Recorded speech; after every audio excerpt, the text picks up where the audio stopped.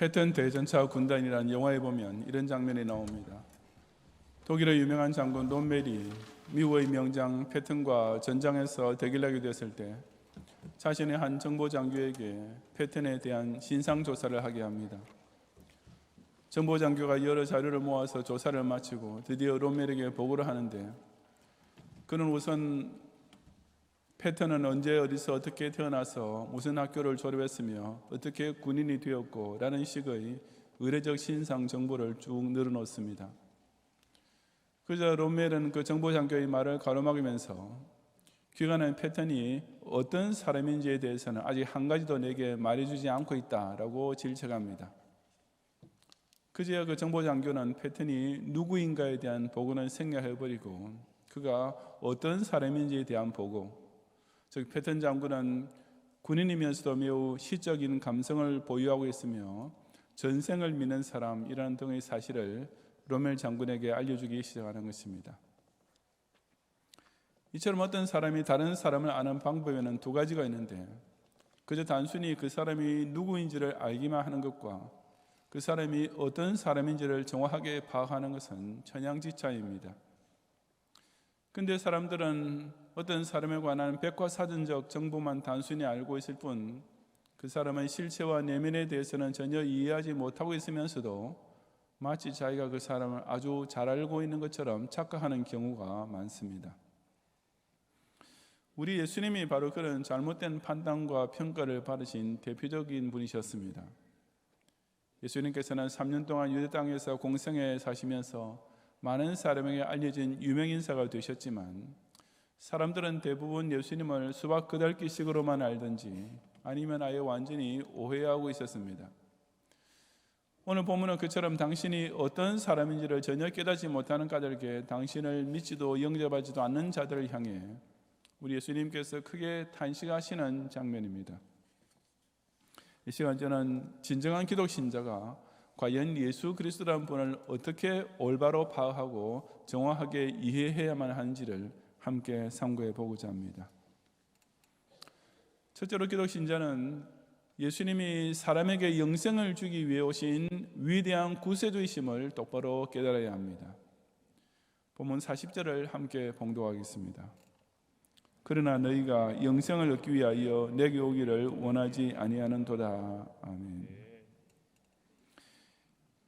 지금 이 말씀은 예수님께서 예루살렘에 있는 베데스다 목가에서 38년 된 병자를 고치셨을 때 그 일을 안식일에 했다 해서 당신을 죽이려고 달려들었던 유대의 종교 지도자들 앞에서 설교하신 내용에 계속 이어지는 문맥입니다. 예수님께서는 39절 이전까지 해서 당신이 하나님과 동등하심을 그들이 자기네 앞에 펼쳐진 많은 증거에도 불구하고 끝까지 믿지 않고 있음을 책망하셨습니다. 그처럼 예수님이 누구이신지를 끝내 믿지 못한 그들은 예수님께서 무엇을 하러 오신 분이신지에 대해서도 완전히 오해하고 있었습니다. 40절을 좀 더 이해하기 쉽게 말을 바꾸자면 너희는 내게 와서 영생을 얻으려 하지 아니한다는 뜻이 되는데, 이 말씀은 예수님께서 이 땅에 오신 목적을 분명히 선포해 줍니다. 그것은 곧 영생 구원입니다.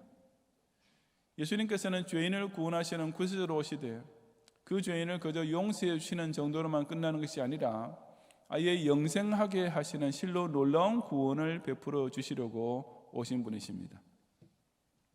그런데도 사람들은 예수님께서 주려 하시는 그 영생을 받을 생각은 하지 않고 전혀 엉뚱한 소원, 아주 유치한 요구들만 가지고 예수님을 찾아왔습니다. 많은 사람이 그저 병고침만을 받기 위해서, 어떤 사람들은 공짜 떡을 얻어먹는 재미에, 또 유대 교권주의자들은 하늘에서 내리는 표적 따위를 요구하면서 예수님께 나왔던 것입니다. 정말 예수님으로서는 기가 막힐 노릇이 아닐 수 없었습니다. 그처럼 예수님께서 주려 하시는 영생을 받으려 하지 않고 다른 것만 바라면서 예수님께 나오는 것은 결코 예수님을 바로 믿는 것이 아니라 오히려 예수님을 거부하는 행위나 다름없습니다. 그것은 구세주로 오신 예수님을 구세주로 영접하지 않고 무슨 사회사업가나 정치적 지도자쯤으로 낮추는 것이기 때문입니다. 예수님이 우리에게 영생 구원을 선물로 주시는 구세주심을 믿는 것은 우리가 예수님을 제대로 믿고 영접함에 있어서 필수 조건 중 하나입니다. 우리는 이 점에 있어서 절대로 틀리지 말아야 합니다. 예수님은 우리에게 떡을 줄이고 오신 자선사업가가 아니십니다. 예수님은 우리 육신의 병을 고치려고 오신 무료 시술 의사가 아니십니다. 예수님은 이 땅의 사회정의 구현을 위하여 혹은 식민지 독립운동을 위하여 오신 정치 지도자도 결코 아니십니다. 불신자는 흔히 이런 식으로 예수님을 오해할지라도 진정한 기독 신자라면 이 사실에 대해 절대로 착각해서는 안 됩니다. 예수님은 우리에게 오직 영원한 생명을 주시기 위해 저 하늘 보좌를 떠나 이 세상까지 친히 찾아오신 정말 고마운 구세주이십니다. 하지만 교인이라 하면서도 얼마나 많은 사람이 예수님을 그저 내 자녀 대학에 붙여주시고 내 남편 직장에서 승진하게 해주시기 위해서 오신 무슨 무당 같은 사람으로 여기고 있습니까? 정말 세상의 어느 현자나 권력자도 결코 줄 수 없는 것, 그러면서 받는 우리에게는 제일 중요한 것을 그저 주려 하시는데도 사람들은 그것을 받으려 하지 않고 너무나 유치한 것만 예수님에게서 얻으려 하는 것입니다. 오늘도 예수님께서는 우리의 마음 문을 두드리시면서 우리가 그 문을 열고 주님을 영접하기만 하면 영생 구원을 전해주려 하십니다. 그야말로 영생을 친히 택배로 우리 손에 건네주시는 구세주이신 것입니다. 그런데 그것을 거부하고 엉뚱한 소원만 남발하는 기복주의 교원들이 허다하니 예수님께서는 얼마나 기가 막히시겠습니까? 미국의 큰 부동산 소개회사에서는 자기네 고객 중에 무작위로 추첨을 해서 집을 한 채 공짜로 주는 이벤트를 하곤 합니다. 그런 경우에 회사 대표가 그 사람을 찾아가서 당신이 이러이러한 추첨에 당첨되었기 때문에 우리 회사에서 집 한 채를 공짜로 드립니다. 받으십시오 라고 하면서 집 열쇠를 건네줍니다. 그때 그 사람이 그 사실을 믿지 못하고 쓸데없이 사람 놀리지 말고 차라리 지금 내가 매달 은행에 갚고 있는 주택대출 상환금이나 좀 깎아주시오 라고 고집을 부린다면 그 얼마나 어리석은 일이겠습니까? 많은 교인이 예수님 앞에서 바로 그런 바보짓을 저지르고 있는 것입니다. 그 이유는 무엇보다도 오늘날 적지 않은 교회들이 이 영생복음을 선포하지 않기 때문입니다. 그래서 사람들은 육체적 부활을 믿지 않으면서 그저 추상적 부활만을 관념적 언어를 통해 설명하는 철학자에게서 영생의 의미를 찾으려고, 유전공학자의 줄기세포나 생명복제라는 것을 통해서 영생의 실현을 기대하고 있는 형편입니다. 오늘날 목사들이 강단에서 이 예수님의 영생구원을 설교하지 않고 그 대신 온갖 인생 상담으로 띄우고 있습니다. 그러니 교인들은 자신이 영생구원 확신의 기쁨은 누리지 못하고 그 대신 예수님을 자기 인생을 위한 온갖 자질구레한 일들 뒤세닥거리나 해주는 심부름꾼 정도로 격하시킬 수밖에 없는 것이 아니겠습니까? 참된 기독 신자는 예수님을 그렇게 오해해서는 절대 안 됩니다. 나를 믿는 자는 죽어도 살겠고 무릇 살아서 나를 믿는 자는 영원히 죽지 아니하리니 라고 선포하시는 예수님을 나의 구세주로 영접하고 그 영생 구원의 약속을 꼭 함께 누리는 성도가 되시기를 바랍니다. 아멘. 둘째로 기독 신자는 예수님이 사람에게 하나님의 영광을 보여주려고 오신 유일한 중보자이심을 분명히 고백해야 합니다. 41절부터 44절까지 함께 봉독하겠습니다. 나는 사람에게서 영광을 취하지 아니하노라. 다만 하느님을 사랑하는 것이 너희 속에 없음을 알았노라. 나는 내 아버지의 이름으로 왔음에 너희가 영접하지 아니하나 만일 다른 사람이 자기 이름으로 오면 영접하리라. 너희가 서로 영광을 취하고 유일하신 하나님께로부터 오는 영광을 구하지 아니하니 어찌 나를 믿을 수 있느냐. 아멘. 지금 유대 교권주의자들은 속으로 저 예수는 자기가 38년 된 중풍병자를 고친 것을 두고 우리가 자기를 하나님 아들로 인정하고 영광 돌려주기를 기다리고 있는 모양인데 웃기지 마라. 우리가 그렇게 멍청한 사람인 줄 아느냐라고들 생각하고 있었습니다. 그들의 그런 속마음을 아시는 까닭에 예수님께서는 나는 사람에게서 영광을 취하지 아니하노라라고, 즉 나도 너희에게서는 그런 영광 받기를 바라지도 않는다라고 응수하신 것입니다. 왜냐하면 예수님께서는 그들 마음속에 하나님을 사랑하는 것이 없음을 알고 계셨기 때문이었습니다. 입으로는 그렇게 하나님의 사랑을 떠들어도 자신의 진심으로는 하나님을 경외할 줄 몰랐던 외식자로부터는 그들이 당신에 대한 그 어떤 인정이나 칭찬 따위를 해준다고 해도 결코 받고 싶지 않으셨던 것입니다. 그 유대의 종교 지도자라는 사람들이 예수님을 통해서 끝내 볼 줄도 인정할 줄도 몰랐던 사실이 무엇이었습니까? 그것은 곧 예수님께서 아버지의 이름으로 왔음에, 즉 성부와 하나님의 이름으로 세상에 오셨다는 사실이었습니다. 여기서 어떤 사람의 이름으로 온다는 것은 그 사람을 대신하는 자격을 가지고 온다는 뜻입니다. 예수님께서 하나님께로부터 오는 영광을 입고 오셨다는 것도 같은 맥락으로서 사람의 눈에 하나님의 살아계심을 보여주시는 분이심을 가리킵니다. 즉 예수님께서는 성부와 하나님을 대신하여 이 세상까지 친히 찾아오셔서 사람들이 하나님을 알고 하나님을 사랑할 수 있도록 해주시는 유일한 중보자이신 것입니다. 하지만 사람들은 이 예수님을 영접하지 않고 그 대신 다른 사람이 자기 이름으로 오면 영접했습니다. 자기 이름으로 오는 것이란 자기 자신을 높이고 과시하는 것을 가리키는데 바로 거짓 선지자나 세속 정치인이 그러합니다. 예수님 오시기 이전에도 그런 자들이 많았습니다. 사도행전 5장 38절에 이전에 드다가 일어나 스스로 선전하며 사람이 약 400명이나 따르더니 라고 했고, 이어지는 37절에도 그 후 호적할 때 갈릴리의 유다가 일어나 백성을 꿰어 따르게 하다가 라고 기록된 사건들이 그런 예입니다. 이처럼 가짜들의 공통점은 자기 이름으로 와서 스스로 자랑하는 것과 그렇게 함으로써 오로지 자기 자신이 추앙받게 되는 것만이 목적인데, 그런데도 사람들이 그런 자들에게 미혹당하는 이유는 사람에게는 사람의 영광을 취하는 악습이 있기 때문입니다.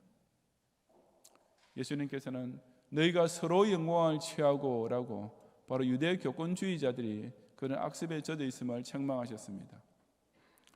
그 바리새인과 사두개인들은 자기 자신의 경건을 과시하고 자기네 스스로가 지극히 거룩하고 선한 사람인 체 하면서 사람들로부터 영광을 받으려고 했습니다. 그리고 그처럼 유일하신 하나님께로부터 오는 영광을 친히 발휘하고 계시는 예수님을 거들떠보려고도 하지 않고 사람의 영광만 서로 취하는 자들을 향해 예수님께서는 그러니 어찌 나를 믿을 수 있느냐라고 탄식하신 것입니다. 오늘날 역시 그처럼 자기의 이름을 과시하고 사람의 영광을 서로 높이는 종교인이 얼마나 많습니까? 천주교의 교황을 위시한 사제들은 스스로 지극히 거룩하고 경건한 채 과시하면서 교인들에게 자기네를 신부, Father라고 부르게 하고 자기네 앞에서 죄 고백을 하도록 강요하는 등 실제로 중보자 행세를 합니다. 좀 선하게 살았다면 성인이니 성년이 하고 사람에게 영광을 입혀놓고 그들의 해골 앞에서 촛불을 켜고 혹은 그 해골에 입 맞추면서 기도하게 합니다. 불교 역시 무슨 돌을 좀 닦았다 하면 고승이니 뭐니 받들어 모시면서 한번 만나기 위해서는 먼저 3000배부터 해야 한다는 등 사람을 신처럼 섬기게 하는 종교입니다. 원래부터가 하나님을 사랑할 줄 모르는 악한 본성을 가진 사람이기에 이처럼 예수 그리스도 안에 있는 하나님의 영광을 보려 하지 않고 오직 사람의 영광만 서로 취하고 있는 것입니다. 하지만 모든 영광은 하나님께로부터 나오고 결국 하나님께로만 돌아가야 하며 그 어떤 영광도 사람 사이에는 조금도 남아있을 수 없습니다. 그러므로 그처럼 예수님 대신 마리아에게 기도하게 하고 승리 앞에 절하게 만드는 종교를 통해서는 결코 참 하나님을 찾을 수 없습니다. 그것은 이미 사람의 영광만 취하는 인본주의 종교이며 사람으로 하여금 오히려 예수님을 오해하게 만드는 이단과 우상 종교가 될 수밖에 없습니다. 그럼에도 많은 사람이 이처럼 하나님의 영광을 친히 보이시는 중보자 예수님을 알지 못하고 그 대신 자기 자신의 득도나 선행만 과시하는 거짓 선지자의 영광을 쫓아가는 소경 노름을 여전히 반복하고 있는 것입니다. 예수는 우리에게 어떤 인간의 모범적인 모습을 보여주러 오신 분이 아니라 바로 하나님을 보여주러 오신 분이십니다. 더욱이 예수님은 그 하나님을 그저 말로만 전달해 주신 분이 아니라 우리 육안에 볼 수 있는 동영상과 입체 영상으로 전달해 주시는 분이십니다.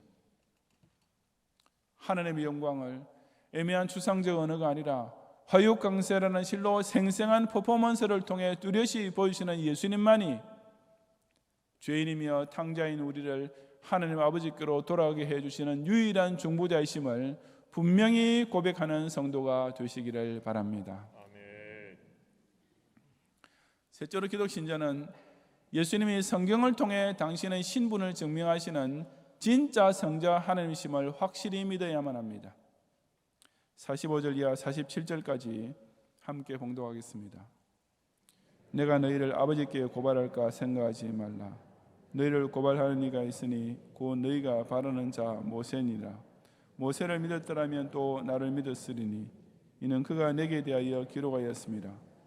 그러나 그의 글도 믿지 아니하거든 어찌 내 말을 믿겠느냐 하시니라. 아멘.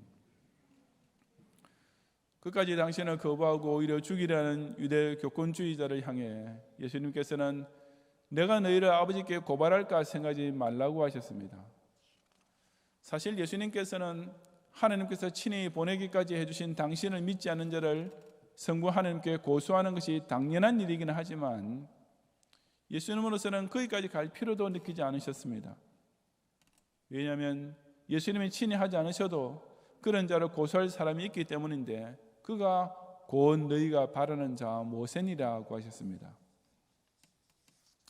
유대 교권주의자들은 그들이 예수님을 배척하는 행위에 대해 모세가 자기네 편이 되어서 그 정당성을 뒷받침해 줄 것이라고 바라고 있었지만 사실은 정반대라는 뜻이었습니다. 그 모세야말로 예수님을 증언한 대표적 선지자였기 때문입니다. 예수님께서 그들을 향해 너희가 모세를 믿었더라면 또 나를 믿었으리니 이는 그가 내게 대하여 기록하였음이라고 일침을 놓으신 그들이었습니다. 유대 교권주의자들은 성경 읽는 것도 하나님 뜻을 알기 위해서가 아니라 오직 자기네 율법 지식을 자랑하기 위함이었습니다.